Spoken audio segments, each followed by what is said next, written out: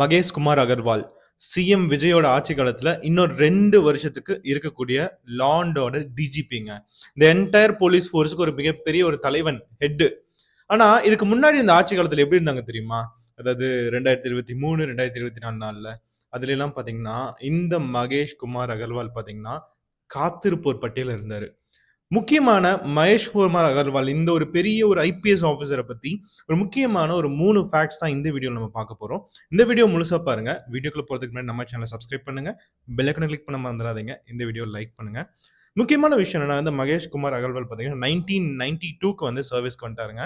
1992ல அவரோட அதாவது உண்மையான அவரோட அதாவது பிறந்த இடம் பார்த்தீங்கன்னா வந்து பஞ்சாப், அதாவது நார்தர்ன் இந்தியால. அதுக்கப்புறம் வந்து சவுத்துல தமிழ்நாடு கேடர் அவருக்கு கிடைச்சிச்சு. தமிழ்நாடு கேடர் அவருக்கு கிடைச்சோன்னே வந்து நிறைய இடத்துல வந்து அவர் வந்து ஒரு ஐஜியாவும் இருந்திருக்காரு, அதே மாதிரி மதுரை கமிஷனரா இருந்திருக்காரு, அதுக்கப்புறம் ஏடிஜிபியா இருந்தாரு, அதுக்கப்புறம் இப்போ வந்து டிஜிபியா யூனியன் பப்ளிக் சர்வீஸ் கமிஷன் அது வந்து 3 ஐபிஎஸ் ஆஃபீஸர் ரெக்கமெண்ட் பண்ணியிருக்கு. எப்பவுமே யூஸ்வலா அதான் நடக்கும். சிஎம் விஜய் சார் ஏதோ ஒரு போலீஸை கூப்பிட்டு இப்ப அருண் ஐபிஎஸ் சாரை கூப்பிட்டு நீ தான் லா அண்ட் ஆர்டர், நீ டிஜிபி இருந்துக்கோ அப்படின்னா சொல்ல முடியாது. ஏன்னா பண்பாடு படி அதாவது ட்ரெடிஷனலா யூனியன் பப்ளிக் சர்வீஸ் கமிஷன் தான் வந்து ஒவ்வொரு மாநிலத்தோட டிஜிபி பொசிஷனை ரெக்கமெண்ட் பண்ணும். அது ரெக்கமெண்ட் மட்டும் தான் பண்ணும். அதாவது வந்து அவர் கொஞ்சம் சஜஷன் பண்ணுவாங்க. இந்த 3 பேர் நல்லா இருக்காங்க, இவங்க வந்து கேப்பபிள், சீனியாரிட்டி படி இவங்க தான் ரொம்ப வருஷம் சர்வீஸ்ல இருந்திருக்காங்க அப்படின்னு சொல்லுவாங்க. அதே மாதிரி அந்த மாநிலத்தோட சீஃப் மினிஸ்டர் வந்து டிசைட் பண்ணிக்கலாம். இதுதான் நடக்கும். அதாவது இந்த நிறைய யூடியூப் சேனல்ல, அதே மாதிரி இன்ஸ்டாகிராம்ல, நிறைய ஃபேஸ்புக் பேஜஸ்ல எல்லாம் இன்னைக்கு பாத்தீங்கன்னா மகேஷ் குமார் அகர்வால் பாத்தீங்கன்னா டிஎம்கேவோட ஆட்சி காலத்துல பாத்தீங்கன்னா ரொம்ப சப்ரஸ் பண்ணி தாழ்த்தப்பட்டு இருந்தாரு. ஆனா இன்னைக்கு சிஎம் விஜய் சார் அவர் திரும்ப கொண்டு வந்திருக்காரு அப்படின்னு சொல்லுவாங்க. ஆனா ஒரு முக்கியமான விஷயம் என்னன்னா, அதாவது வந்து டிஎம்கேவோட ஆட்சி காலத்துல கடந்த 9 மாசமா பாத்தீங்கன்னா டிஜிபி பொசிஷன் எம்டியா தான் இருந்துச்சு. இதுக்கு பின்னாடி ஒரு பெரிய பாலிடிக்ஸ் இருக்கு, அது இன்னொரு வீடியோல பார்ப்போம். அந்த டிஜிபி பொசிஷன் எம்டியா தான் இருந்துச்சு, அதனால பொறுப்பு டிஜிபி மட்டும் போட்டு வச்சிருந்தாங்க. அதே மாதிரி எலெக்ஷன் கமிஷன் ஆஃப் இந்தியா வந்தோடனே அந்த ஆல்ரெடி இந்த டிஜிபியை மாத்தி இவங்க ஒரு இன்னொரு டிஜிபியை போட்டு வச்சிருந்தாங்க. இன்னைக்கு அந்த டிஜிபியே வந்து பிரிசனோட டிஜிபியா மாறிட்டாரு. முக்கியமான விஷயம் அதாவது இந்த மகேஷ் குமார் அகர்வால் சார் எல்லாம் பாத்தீங்கன்னா 32 வருஷம் சர்வீஸ்.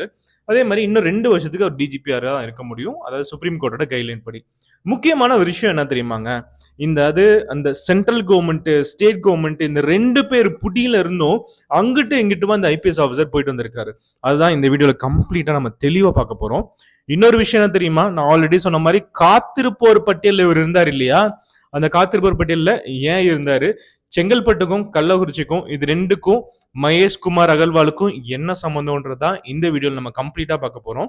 நான் ஆல்ரெடி சொன்ன மாதிரி 32 வருஷம் சர்வீஸ்ங்க. இவர் வந்து ஒரு லா கிராஜுவேட்.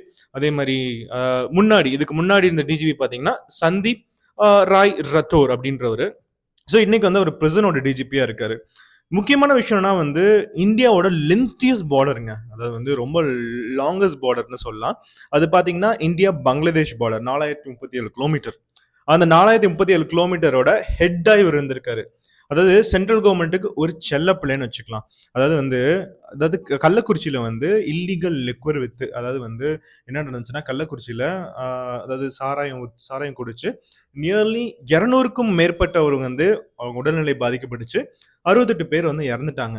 அந்த இறக்கும்போது அங்க இருக்க டிஸ்ட்ரிக்ட் கலெக்டர் வந்து டிஎம்கே கவர்மெண்ட் மாத்துச்சு. அந்த இடத்துல வந்து ஒரு 10 அதாவது இன்சார்ஜ் போலீஸ் ஆஃபீஸரை மாத்துச்சு. அந்த இடத்துல என்ஃபோர்ஸ்மெண்ட் டைரக்டரேட், என்ஃபோர்ஸ்மெண்ட் பியூரோவா, அதாவது வந்து போதை தடுப்பு போலீஸார்னு வச்சுக்கலாம், அதுல வந்து ஒரு ஹெட்டா ஏடிஜிபியா வந்து இவர் மகேஷ் குமார் அகர்வால் இருந்தாரு. இவரையும் சேர்ந்து சஸ்பெண்ட் பண்ணிட்டாங்க. சஸ்பெண்ட்றதை விட காத்திருப்போர் பட்டியல போட்டு வச்சுட்டாங்க. ஸோ காத்திருப்போர் பட்டியல அவர் இருந்தாரு. அதுக்கப்புறம் என்ன பண்ணாங்க, அவருக்கு எந்த பனிஷ்மெண்ட்டும் கொடுக்கல. ஆனா அவர் தான் எல்லாத்தையும் மானிட்டர் பண்ணி வந்திருக்கணும், அவர் தான் எல்லா தலைமை வாங்கி வச்சிருக்கணும்.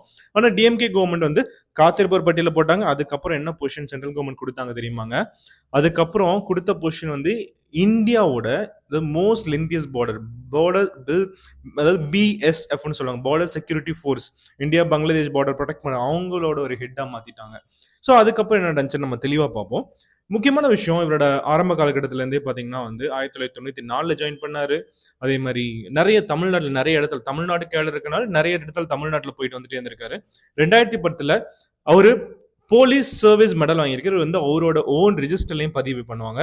இன்னொரு விஷயம் என்னன்னா வந்து கமிஷன் ஆஃப் போலீஸா இருந்திருக்காரு, இன் மதுரை கமிஷனா இருந்திருக்காரு.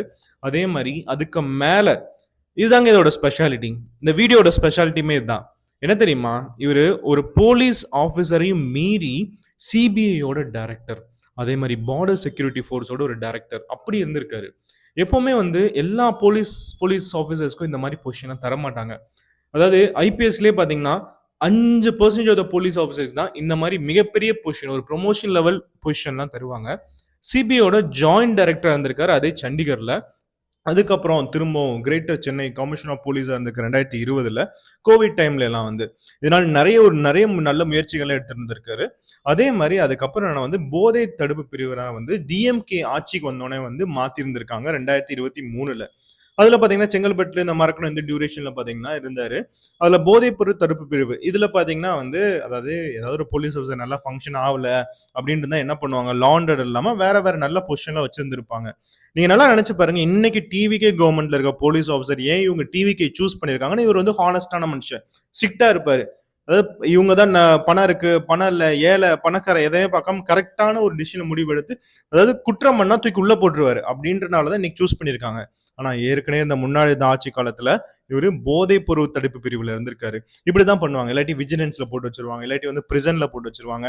நீங்க நல்லா நினைச்சு பாருங்க, ஒரு எஸ்ஐ வந்து நல்லா வேலை பார்த்துட்டு இருக்காரு, அவரை போய் பிரிசன்ல தூக்கி போட்டா லா அண்ட் ஆர்டர்ல அரெஸ்ட் பண்ண முடியும். இந்த மாதிரி நிறைய விஷயங்கள் நடக்கும் இல்லையா? ஸோ இந்த மாதிரி தான். ஸோ அதுக்கப்புறம் என்ன நடந்திருக்குன்னா 2023 தான் அவர் வாழ்க்கையிலேயே அவரோட அந்த என்டையர் ஐபிஎஸ் அந்த அந்த ஒரு டென்யூர்ல பாத்தீங்கன்னா ஒரு ட்விஸ்ட் ஒன்று நடக்குது. இத்தனை வருஷமா என்னங்க பண்ணாரு? தமிழ்நாட்டுக்குள்ள இருந்தாரு. அதே மாதிரி சிபிஐயோட ஜாயிண்ட் டைரக்டரா இருந்தாரு. அந்த மாதிரி இருந்த ஒரு மனுஷனை வந்து இன்னைக்கு 2023ல பாத்தீங்கன்னா, அதாவது என்ஃபோர்ஸ்மெண்ட் பியூரோக்கு வந்து ஒரு சீஃபா போட்டிருக்காங்க, ஏடிஜிபியா போட்டிருக்காங்க. அதுல வந்து கள்ளக்குறிச்சி டிராஜடின்னு ஒன்று நடக்குது. அந்த கள்ளக்குறிச்சி டிராஜடியோட தமிழ்நாட்டுக்கு ஒரு கட்டா வராரு. அந்த இடத்தோட தமிழ்நாட்டை விட்டு கிளம்புற மாதிரி ஒரு சுச்சுவேஷன் வச்சுக்கோங்களேன்.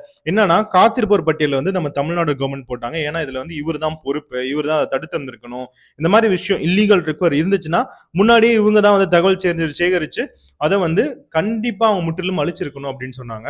அந்த இடத்துல என்ன பண்றாங்கன்னா, காத்திருப்போர் பட்டியல கொஞ்சம் வருஷம் இருந்தாரு. அதாவது நியர்லி ஒரு 8 மாசம் டு 1 வருஷம் இருந்ததுக்கு அப்புறம் ஜூன்ல பாத்தீங்கன்னா அவரு கம்ப்ளீட்டா அந்த கள்ளக்குறிச்சிக்கு நடந்தது. ஜனவரியில பாத்தீங்கன்னா ஏடிஜி பிஎஸ்எஃப்க்கு போயிட்டாரு, ஈஸ்டர்ன் கமாண்டுக்கு. எங்கன்னா நான் ஆல்ரெடி சொன்ன மாதிரி பங்களாதேஷ்க்கு. பங்களாதேஷ்ல அந்த பார்டரை ப்ரொடெக்ட் பண்ண போயிட்டாரு. ஓவரால் அந்த ஈஸ்டர்ன் கமாண்டுக்கு இவர் வந்து ஒரு ஒரு முக்கியமான ஒரு ஒரு ஹெட்டா இருந்திருக்காரு. அதுக்கப்புறம் என்ன ஆச்சுன்னா இன்னொரு ப்ரொமோஷன் வந்து சென்ட்ரல் கவர்மெண்ட் கொடுத்திருக்காங்க 2025 செப்டம்பர் மாசம், இன்னும் ஒரு 6-7 மாசம் கழிச்சு. ஏன் இந்த மாதிரி ப்ரொமோஷன் கொடுக்குறாங்க, அதுவும் பிஎஸ்எஃப்க்கு?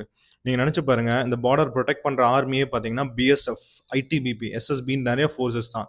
ஸோ இந்த மாதிரி ஃபோர்ஸஸ்க்குலாம் ஈஸியாலாம் வந்து ப்ரொமோஷன் பண்ணி ஈஸியாலாம் வந்து பார்டரில் ஒருத்தனை போட்டுக்க மாட்டாங்க. ஏன்னா நிறைய அதாவது முக்கியமான ரகசியங்களை கசிஞ்சிரும்னு சொல்லி நல்லா வேலை பார்க்குறவங்க, நல்ல நம்பிக்கை இருக்கவங்க தான் போடுவாங்க. ஆனால் தமிழ்நாடு நம்ம என்ன பொசிஷன் கொடுத்து வச்சிருந்தோம் ஆல்ரெடி, அதாவது போதைப் பொருள் தடுப்பு பிரிவு, என்ஃபோர்ஸ்மெண்ட் பியூரோ, அந்த பிரிவு கொடுத்துருந்தோம். ஆனால் அதுக்கப்புறம் இருக்கிற பொசிஷன் என்னது, அதாவது பிஎஸ்எஃபோட ஹெட்டு. அதுக்கப்புறம் என்ன நடந்துச்சு தெரியுமா? அதுதான் இன்னொரு ட்விஸ்ட். பிஎஸ்ஓட ஈஸ்டர்ன் கமாண்ட்ல இருந்து பிஎஸ்ஓட ஹெட் போயிட்டாரு. அதுக்கப்புறம் அதாவது செப்டம்பர் 2025 இதெல்லாம் நடக்குது. இன்னைக்கு பாத்தீங்கன்னா ஜூன்ல 2026 இருக்கும். நியர்லி இந்த ஒரு 7-8 மாசத்துல பாத்தீங்கன்னா வந்து ஒரு பெரிய ஒரு டிரான்ஸ்ஃபர்மேஷன் நடக்குது. என்னன்னா இந்த மாதிரி அவர் இருந்துட்டே இருக்கும்போது பாத்தீங்கன்னா, அதாவது டெல்லியில இருந்து திரும்ப அவரை கூப்பிட்டு யூபிஎஸ்சி இவரோட பேரை ரெக்கமெண்ட் பண்றாங்க. ஏன்னா இவர் வந்து சீனியரிட்டி பொசிஷன்ல இருக்கனால தமிழ்நாட்டோட டிஜிபி பொசிஷனுக்கு ரெக்கமெண்ட் பண்றாங்க. தமிழ்நாடு டிஜிபி பொசிஷனுக்கு வந்து ஆல்ரெடி இருந்த ஒரு பர்சனையுமே ரெக்கமெண்ட் பண்ணியிருந்தாங்க. ஸோ இதெல்லாமே ரெக்கமெண்ட் பண்ணும்போது தமிழ்நாடுக்கு தமிழ்நாடோட டிவிகே கவர்மெண்ட் பாத்தீங்கன்னா இவரை சூஸ் பண்ணியிருக்காங்க. இவர் இதுல ஸ்பெஷாலிட்டியா இருக்காராப்பா அப்படின்னு கேட்டீங்கன்னா வந்து சிபிஐ பிஎஸ்எஃப் பார்டர் ப்ரொடெக்ட் பண்றதுல மிகப்பெரிய ஒரு ஸ்பெஷலிஸ்ட். அதுவும் ஈஸ்டர்ன் கமாண்ட் ரொம்ப சென்சேஷன் ஆனது. இந்தியா பாகிஸ்தான் எவ்வளவு சென்சேஷன் ஆனது, அதே மாதிரி தான் ஈஸ்டர்ன் கமாண்ட். ஏன்னா மணிப்பூர் வந்து ஒரு வருஷத்துக்கு முன்னாடி செப்பரேட் கண்ட்ரியான டிமாண்ட் பண்ணியிருந்தாங்க. இன்னைக்கு வந்து அஸ்ஸாம்ல நிறைய கான்ஃபிளிக்ட் இருக்கு, அவங்களோட இன்டர்னல் கான்ஃபிளிக்ட் நிறைய நடக்கும். அதாவது அரசியலமைப்பு அவங்க தனியான ஆர்டிகல் எல்லாம் கொடுத்து வச்சிருக்காங்க, ஸ்பெஷல் கைட்லைன்ஸ் சொல்லிட்டு. ஸோ அந்த மாதிரி இடத்துல எல்லாம் இவர் ப்ரொடெக்ட் பண்ணியிருக்காரு. ஊடுருவல் நிறைய இருக்கும், அதெல்லாம் வந்து தடுத்திருந்திருக்காரு.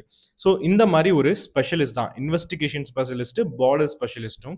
ஆனா ஆல்ரெடி நம்ம தமிழ்நாடு கவர்மெண்ட் கொடுத்த பொசிஷன் வந்து கம்ப்ளீட்டா வேற. அப்ப ஏதோ ஒரு கான்ஃபிளிக்ட் இருக்குன்னு சொல்லிதான் இன்னைக்கு இருக்க இந்த news channels, Facebook pages, Instagram, மற்ற யூடியூப் சேனல்ஸ் எல்லாரும் ரொம்ப நேர்மையான மனுஷன் அப்படின்னு சொல்லியிருக்காங்க.